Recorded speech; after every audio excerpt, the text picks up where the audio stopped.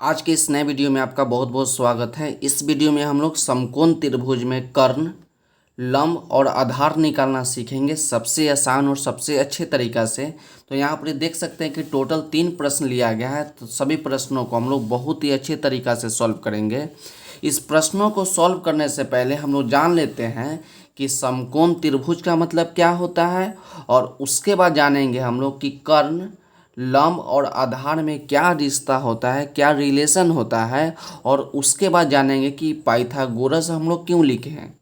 क्या बोले कि सबसे पहले हम लोग जानेंगे कि समकोण त्रिभुज क्या है, उसके बाद जानेंगे कि कर्ण, लंब और आधार में क्या रिश्ता होता है, क्या रिलेशन होता है, और उसके बाद जानेंगे कि पाइथागोरस हम लोग क्यों लिखे हैं। तो चलिए यहाँ पर आप देख सकते हैं कि ए बी सी एक त्रिभुज है।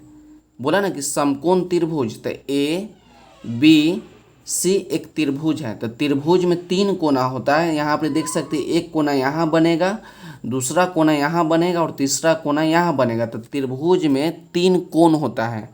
यदि तीनों कोण में से कोई एक कोण यदि तीनों कोण में से कोई एक कोण 90 डिग्री हो जाएगा तो उस त्रिभुज को बोलेंगे हम लोग समकोण त्रिभुज।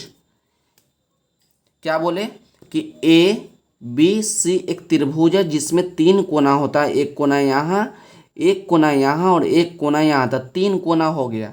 यदि तीनों कोण में से कोई एक कोण 90 डिग्री का हो गया तो इस त्रिभुज को हम लोग कैसा त्रिभुज बोलेंगे, तो समकोण त्रिभुज बोलेंगे। अब उसके बाद याद रखिएगा यहाँ पर लिखा गया है 90।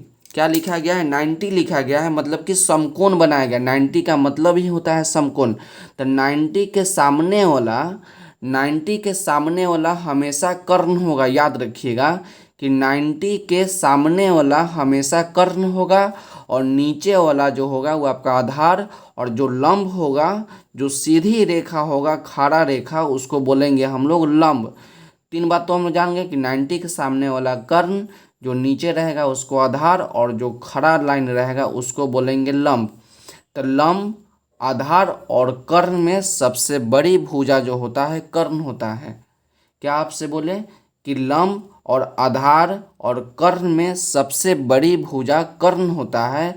अब हम लोग जानेंगे कि लंब, कर्ण और आधार में क्या रिश्ता होता है। तो देखिए यहाँ पर लिखा गया है कि कर्ण का स्क्वायर बराबर लंब का स्क्वायर प्लस आधार का स्क्वायर। लिखा गया है कि कर्ण का स्क्वायर बराबर लंब का स्क्वायर प्लस आधार का स्क्वायर। तो इसको जो है, इस नियम को, इस प्रमेय को एक वैज्ञानिक ने दिया था, जिस वैज्ञानिक का नाम है पाइथागोरस। तो पाइथागोरस कौन था? तो पाइथागोरस एक वैज्ञानिक था जिसने एक प्रमेय दिया, एक नियम दिया। जो नियम आपका है कि कर्ण का स्क्वायर जो होता है, जो कर्ण का स्क्वायर होता है लंब का स्क्वायर और आधार के स्क्वायर के जोड़ के बराबर होता है। तो कर्ण पाइथागोरस पर में याद रखिएगा कि कर्ण का स्क्वायर बराबर लंब का स्क्वायर प्लस आधार का स्क्वायर होता है। तो चलिए हम लोग प्रश्न को सॉल्व करते हैं। प्रश्न नंबर 1 आप देख सकते हैं कि यहाँ पर एक ए बी सी एक समकोण त्रिभुज लिया गया है। क्या लिया गया है कि ए बी सी एक समकोण त्रिभुज है। तो यहाँ पर लिख दीजिए कि त्रिभुज, इस शॉर्ट में लिखे हैं कि त्रिभुज ए बी सी में, क्या लिख दिया, त्रिभुज ए बी सी में।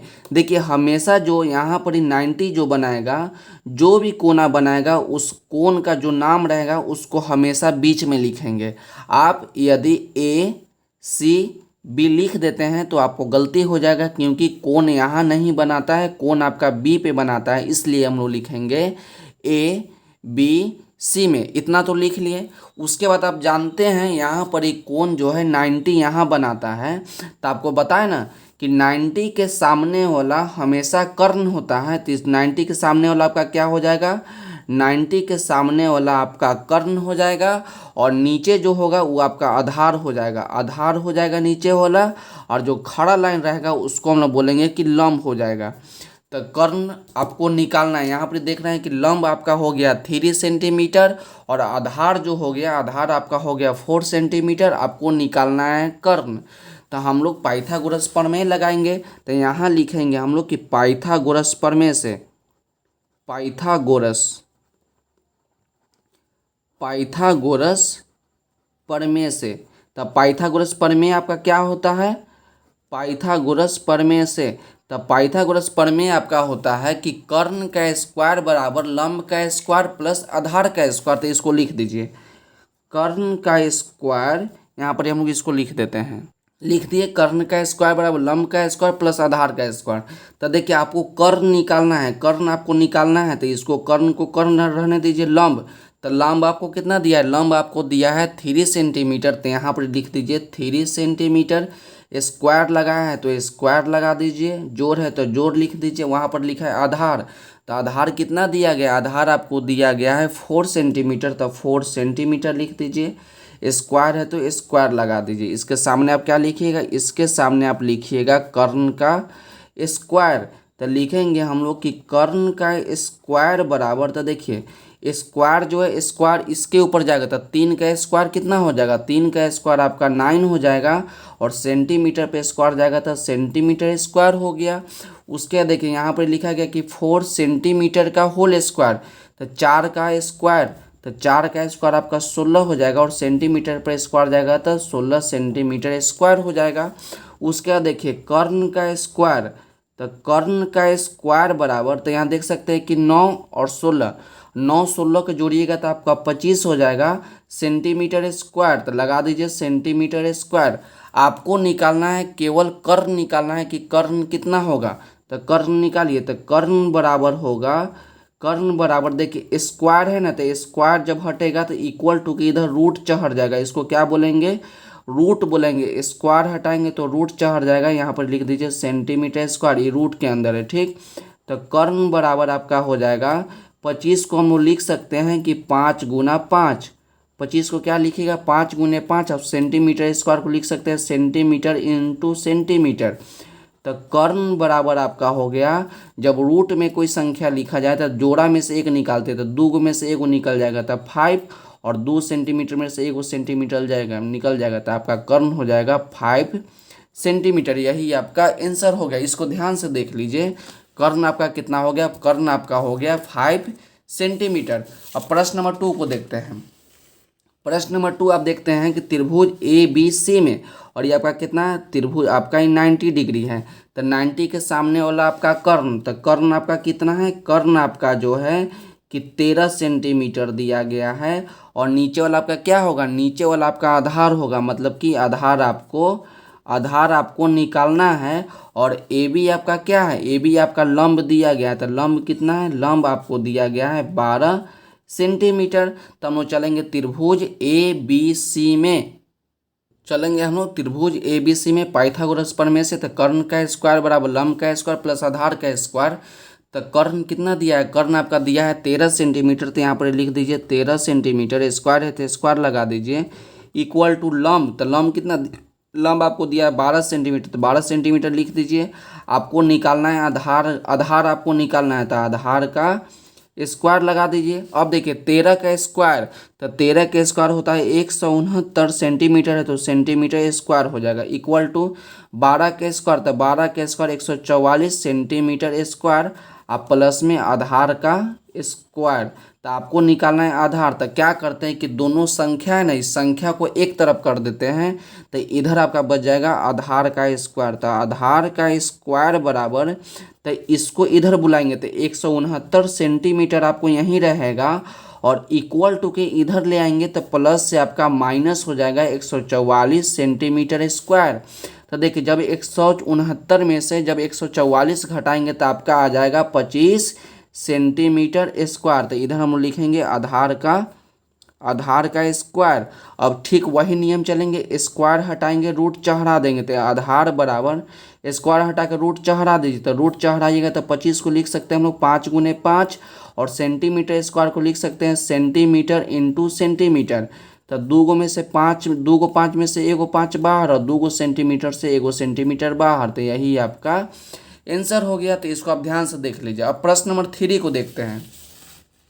प्रश्न नंबर 3 देखिए, 90 के सामने आपका कर्ण हो जाएगा, और नीचे वाला आपका आधार हो जाएगा, और आपको लंब क्या है? निकालना है। तो सबसे पहले इसको लिख लेते हैं, यहाँ पर आप देख सकते हैं कि 90 के सामने वाला आपका कर्ण हो गया, नीचे वाला आपका आधार, और आपको निकालना है लंब। तो यहाँ पर लिख दिए, उसका लिख दीजिएगा पाइथागोरस प्रमेय से कर्ण का स्क्वायर बराबर लंब का स्क्वायर प्लस आधार का स्क्वायर। तो कर्ण कितना दिया है, कर्ण आपको दिया है 10 सेंटीमीटर, तो 10 सेंटीमीटर स्क्वायर बराबर लंब। तो लंब तो आपको निकालना है, तो लंब के जगह पर लंब लिख दीजिए स्क्वायर लगा के, आप प्लस आधार। तो आधार कितना है, आधार आपका 8 सेंटीमीटर है, तो 8 सेंटीमीटर स्क्वायर लिख दीजिए। अब देखिए ये स्क्वायर है, तो 10 का स्क्वायर कितना हो जाएगा, 10 का स्क्वायर आपका 100 हो जाएगा सेंटीमीटर स्क्वायर, इक्वल टू यहाँ पर ही बच गया आपका लंब का स्क्वायर आप प्लस 8 सेंटीमीटर स्क्वायर। तो 8 का स्क्वायर कितना, 8 का स्क्वायर आपका 64 सेंटीमीटर स्क्वायर। तो देखिए अब हम लोग क्या करते हैं कि दोनों संख्या है तो दोनों को एक तरफ करेंगे, तो इसको इधर ले आएंगे, तो यहाँ पर ही बच जाएगा आपका लंब का स्क्वायर। क्या बच गया, लंब का स्क्वायर बराबर यहाँ आपका है 100 सेंटीमीटर स्क्वायर, और इसको बुलाना है तो प्लस में है, तो इक्वल टू के इधर बुलाएंगे तो माइनस में आपका हो जाएगा 64 सेंटीमीटर स्क्वायर। तो लंब का स्क्वायर बराबर, तो देखिए 64, 100 में से 64 घटाइएगा तो आपका हो जाएगा 36 सेंटीमीटर स्क्वायर।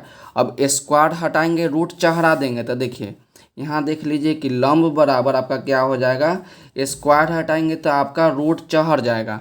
यहाँ 36 को लिख सकते हैं 6 गुना 6, और सेंटीमीटर स्क्वायर है तो लिख सकते हैं सेंटीमीटर इंटू सेंटीमीटर। तो 2 को 6 में से 1 6 बाहर हो जाएगा, 2 को सेंटीमीटर में से 1 सेंटीमीटर बाहर हो जाएगा। तो लंब कितना निकल गया, लंब आपका निकल गया 6 सेंटीमीटर। यही आपका आंसर हो गया।